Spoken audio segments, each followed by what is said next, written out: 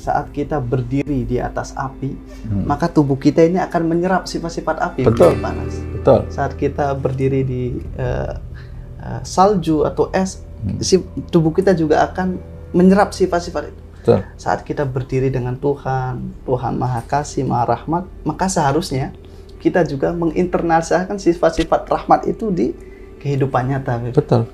Jika kita duduk bersamanya. Oke, jika kita hudur. Ya. Intinya nih.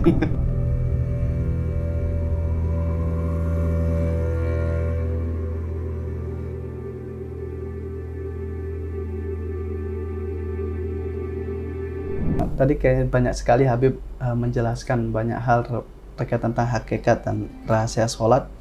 Ini saya minta verifikasi apakah benar atau tidak, Habib. Sebenarnya dalam sholat itu kan kita mengenal Allah Subhanahu Wa Taala.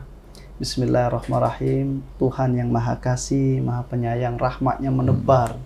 Jadi seharusnya saat kita sholat itu kita aplikasikan Bismillah itu dalam setiap keadaan. Setelah sholat kita tebarkan kasih. Setelah selesai sholat kita tebarkan rahmat kepada semesta. Bahkan dalam sholat itu kan diajarkan kita wajib membaca Al-Fatihah. Dan Al-Fatihah itu di situ walaupun kita sholat sendirian, kita mendoakan kawan-kawan kita. Betul. Ada ihdinas siratal mustaqim, tunjukkan kami. Padahal kita sedang sholat sendirian. Tapi di situ kita dituntun, dipaksa oleh Allah untuk membaca Fatihah, ada ihdinas sirat, tunjukkan kami. Jadi sholat ini pada hakikatnya walaupun dilakukan sendirian, itu ada nuansa sosialnya. Betul. Itu bagaimana, Habib? Iya. Itu juga bisa seperti itu, menyadari makna dari setiap apa yang kita ucapkan, bahwa Allah itu mengajarkan kepada kita untuk memperhatikan saudara-saudara yang ada di sekeliling kita. Dari perintah wajibnya sholat saja, kita juga bisa mengambil pelajaran bahwa kita ini diperintahkan memperhatikan umat. Nah, Nabi sendiri itu betul-betul mi'raj dia ya. Ketika berhadapan dengan Allah Subhanahu Wa Taala, lalu Allah mengatakan, Assalamualaikum ayuhan Nabi wa rahmatullahi wabarakatuh. Salam sejahtera bagimu dan rahmat berkah Allah untuk kamu wahai Nabi. Nabi menjawabnya, Assalamu alaina, bukan Assalamu alayya. Nah, Nabi Isa di dalam Al-Quran, Assalamu alayya, salam bagiku. Yauma wulidtu, hari aku dilahirkan. Wa yauma amutu, hari aku dimatikan. Wa yauma ub'atsu hayya, dan di hari ketika aku dibangkitkan, dihidupkan lagi oleh Allah Subhanahu Wa Taala.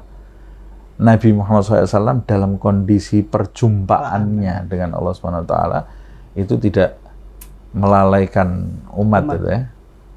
Assalamu alaina wa ala ibadillahis salihin. Nah, dari situ kita juga bisa memetik ilmu sosial gitu ya. Nah, juga dari seperti yang disampaikan tadi, ihdinas siratal mustaqim, menggunakan kata jamak. Tapi bisa juga dari kesadaran tadi itu, hudur dan khusyuk. Karena kalau kita hudur menghadap Allah Subhanahu Wa Taala, pasti percikan sifat-sifat ilahi itu akan sampai kepada kita. Karena pergaulan itu mempengaruhi sifat kita, enggak? Ya, sangat mempengaruhi sifat kita kan. Kita duduk dengan siapapun, itu sifat kita dengan sifat orang tersebut akan tarik-menarik. Sampai ada istilah manjalis danis. Nah, siapa yang bergaul dengan seseorang, maka dia akan terkena efek dari pergaulan tadi. Pasti. Itu pasti itu. Ya, seperti saat kita berdiri di atas api, maka tubuh kita ini akan menyerap sifat-sifat api menjadi panas. Betul. Saat kita berdiri di salju atau es, tubuh kita juga akan menyerap sifat-sifat itu. Betul. Saat kita berdiri dengan Tuhan Maha Kasih, Maha Rahmat, maka seharusnya kita juga menginternalisasikan sifat-sifat rahmat itu di kehidupan nyata. Habib. Betul. Jika kita duduk bersamanya. Oke, jika kita hudur. Ya. Intinya nih. Tapi kalau kita tidak duduk, tidak ada sifat-sifat itu yang sampai ke kita. Jadi yang saya jelaskan di awal tadi, sholat yang hudur dan khusyuk itu pasti akan menimbulkan dampak di dalam kehidupan. Tanha anil fahsya wal munkar itu bukan sekedar menyadari makna kalimat itu sendiri, tapi dari pergaulan dengan Tuhan itu pasti akan menimbulkan dampak yang besar, lebih besar daripada kita sekedar berpikir makna. Nah, ini sudah aktualisasi. Iya. Iya. Nah, itu yang saya maksud itu ya. Ya, Habib, kita sudah banyak sekali mengambil hikmah dari penjelasan kitab ini terkait tentang etika, adab, dan sholat, dan Imam Haddad mengajarkan kepada kita terkait banyak hal, terutama tentang bagaimana kita menghadirkan Tuhan dalam amalia-amalia sholat kita, sehingga kita tidak hanya membacakan bacaan sholat, tapi sholat itu benar-benar kita tegakkan, lalu kita aplikasikan dalam kehidupan sehari-hari. Dan untuk menutup pertanyaan ini, Beb, apakah ada rekomendasi bacaan-bacaan untuk kita semua supaya kita lebih mendalami, menghayati rahasia sholat ini, Beb? Mungkin kita bisa membaca buku seperti Ihya Ulumuddin atau kitab-kitab yang semacam itu. Di situ dijelaskan bagaimana mengerjakan sholat itu secara sempurna, syar'i dan lahiriah dan batiniah, seperti yang disampaikan tadi. Tapi kan memang kitab-kitab seperti itu tebal.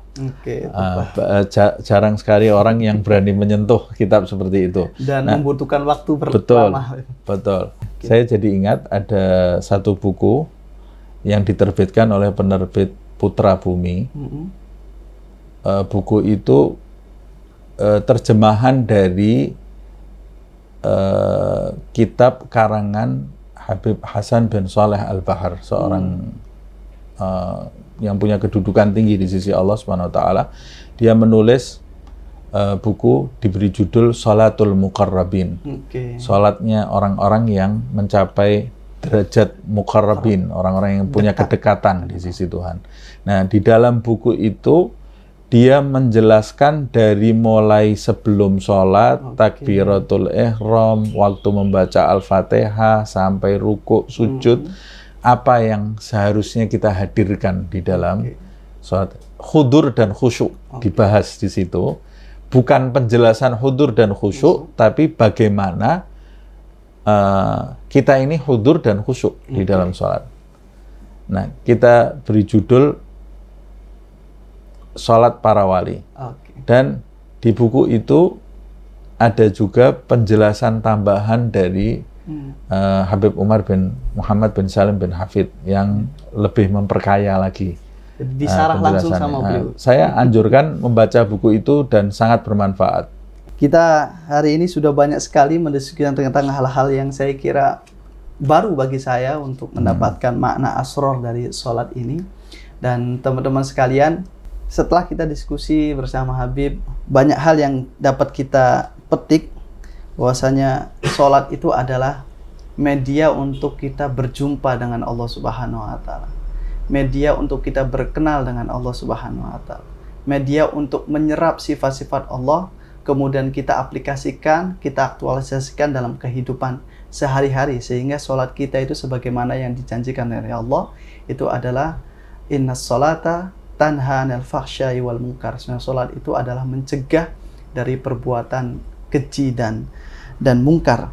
Dan yang perlu kita ingat juga, sebagaimana Habib jelaskan kepada kita semua, bahwasanya selain kita melakukan ibadah sholat secara lahiriah, kita juga hendaknya menjalankan ibadah sholat secara batiniah, yaitu dengan khusyuk, hudur, sehingga kita termasuk hamba-hamba pilihan Allah Subhanahu wa taala yang menjalankan sholat, tapi tidak hanya berhenti di bacaan hafalan sholat kita, tapi amaliyah sholat itu berimplikasi pada kehidupan konkret realitas sosial. Saya akhiri bincang kita perisalah adab sulukil murid ini. Semoga kita semua kita dalam keadaan sehat walafiat, dan Habib juga semoga dalam keadaan sehat walafiat, sehingga bisa istiqomah membimbing kita, mensyarah kita terkait tentang anjuran-anjuran atau tasawuf praktis yang diajarkan oleh Imam Abdullah bin Abdul Haddad lewat kitab ini. Dan kita berjumpa kembali di pertemuan-pertemuan yang akan datang.